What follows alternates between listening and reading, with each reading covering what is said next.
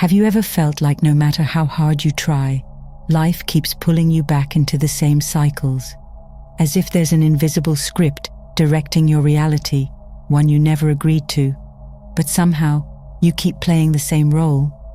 Imagine your life as a simulation, a highly intelligent mirror reflecting not your words, not your wishes, but your essence, what truly resides beneath the surface. If that's true, then what happens when most of your essence is buried, disowned, hidden away in the shadow? There's a powerful teaching passed through time by mystics, initiates, and spiritual alchemists. It says, the part of yourself that remains unseen controls your life. The shadow, your hidden self, is not evil. It's simply unknown. Like the dark side of the moon, it exists whether you look at it or not. But in that darkness lives the programming that guides your simulation, and until you illuminate it, you're not the one in control. You may chant affirmations, visualize dreams, and work hard for change, but the shadow keeps looping your life back to the beginning. Think of the shadow as your spiritual operating system. You can't upgrade your experience without debugging the code. This is the secret few dare to face. But when you do, the simulation starts responding differently. Reality bends, not through force, but through alignment. You no longer shout at life hoping it listens. You whisper with inner clarity, and it echoes back transformation. Let's uncover why shadow work is the hidden control panel of this simulation, and how reclaiming your disowned self shifts the entire game. Your inner world isn't still.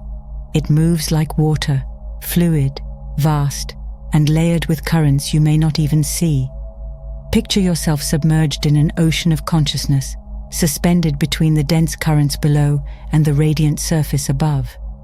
At the top float states like joy, gratitude, abundance, and love, those divine emotions that elevate your life experience. But descending into the depths, you find the heavier energies: guilt, shame, apathy, fear. Many dwell here unknowingly, weighed down not by who they are, but by what they haven't faced. These weights are energetic anchors. Each unresolved emotion, each denied truth, each unhealed memory becomes a tether pulling you deeper into the simulation's default code. No matter how fiercely you swim, by practicing positivity, chasing goals, or repeating mantras, those anchors ensure you return to the same depth the moment you stop resisting. That's why growth feels exhausting when the inner burdens remain untouched. The simulation doesn't elevate you based on effort, it lifts you based on frequency.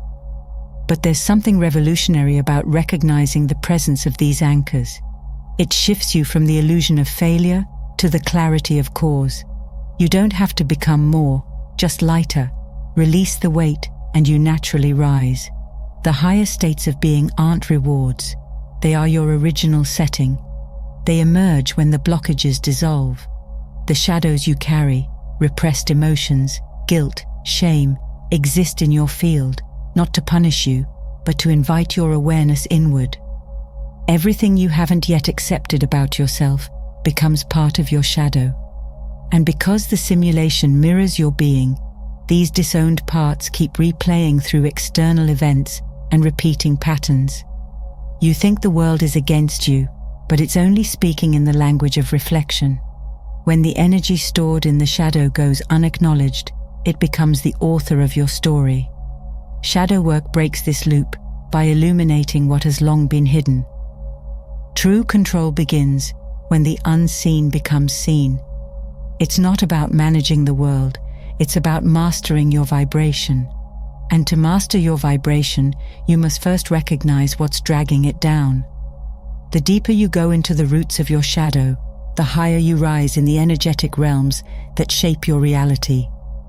As you begin facing the shadow, an unexpected phenomenon occurs.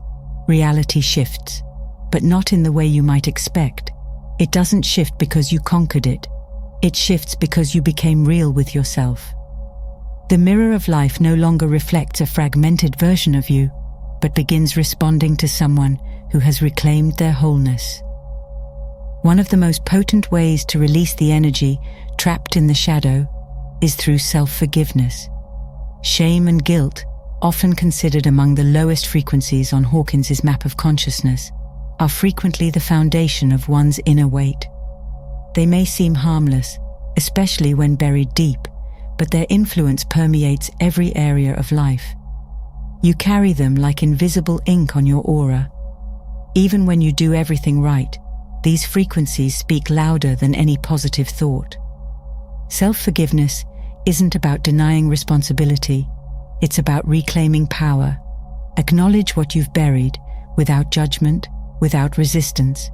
Writing down the ways you've been internally punishing yourself is a courageous act of self-restoration.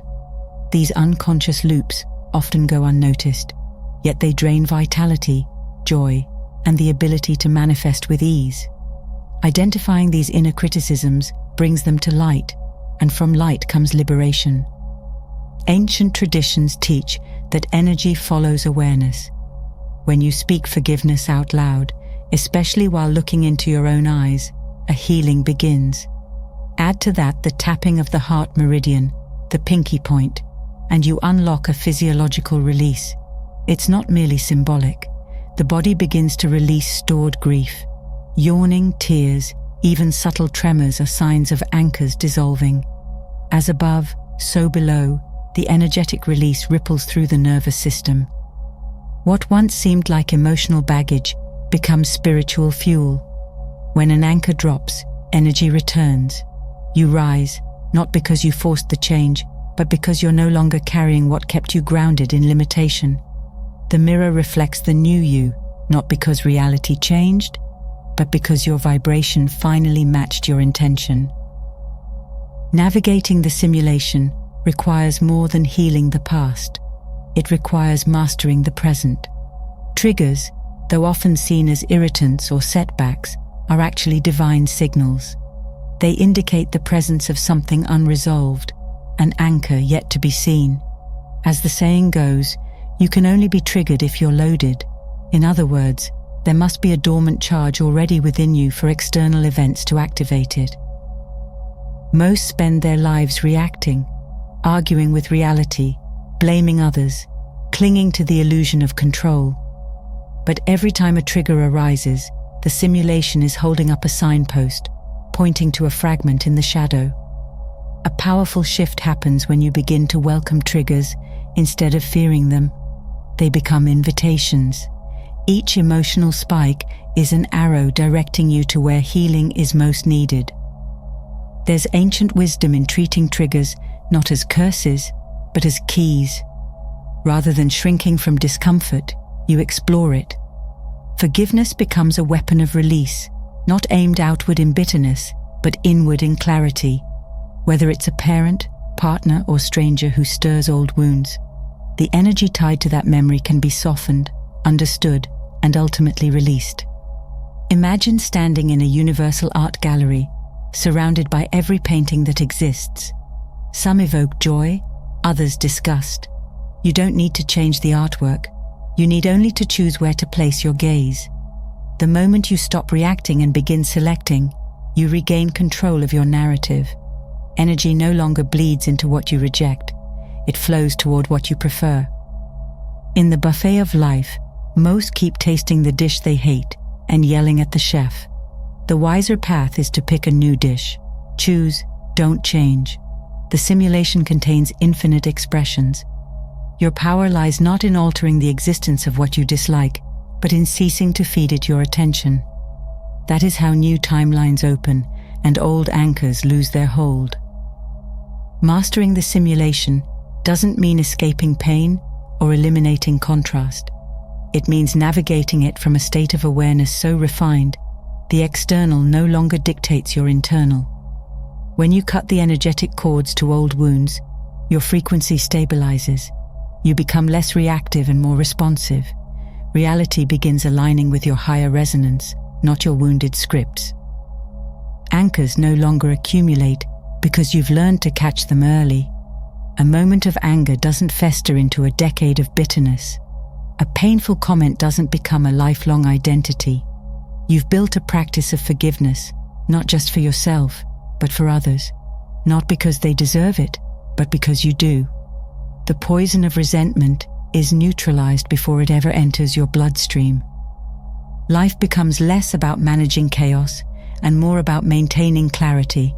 When your frequency is consistent, the simulation adjusts itself. Opportunities appear, relationships shift, resistance dissolves. It isn't magic, it's law, as within, so without. The hidden mechanics of reality respond not to effort, but to energetic precision. You don't need to fix the mirror, you need to adjust the face it reflects. Shadow work becomes a sacred art, not an act of fixing what's broken, but remembering what's whole. The parts you feared, judged, or dismissed transform into guides. They no longer sabotage, they support. By embracing them, you unlock energy that was always yours. You no longer fear the darkness, because it's become the wellspring of your light. And so, the simulation bends, not through manipulation, but through integration. You don't shout at life to change, you whisper truth into your being, and reality echoes back in harmony. Shadow work is not just healing, it is mastery.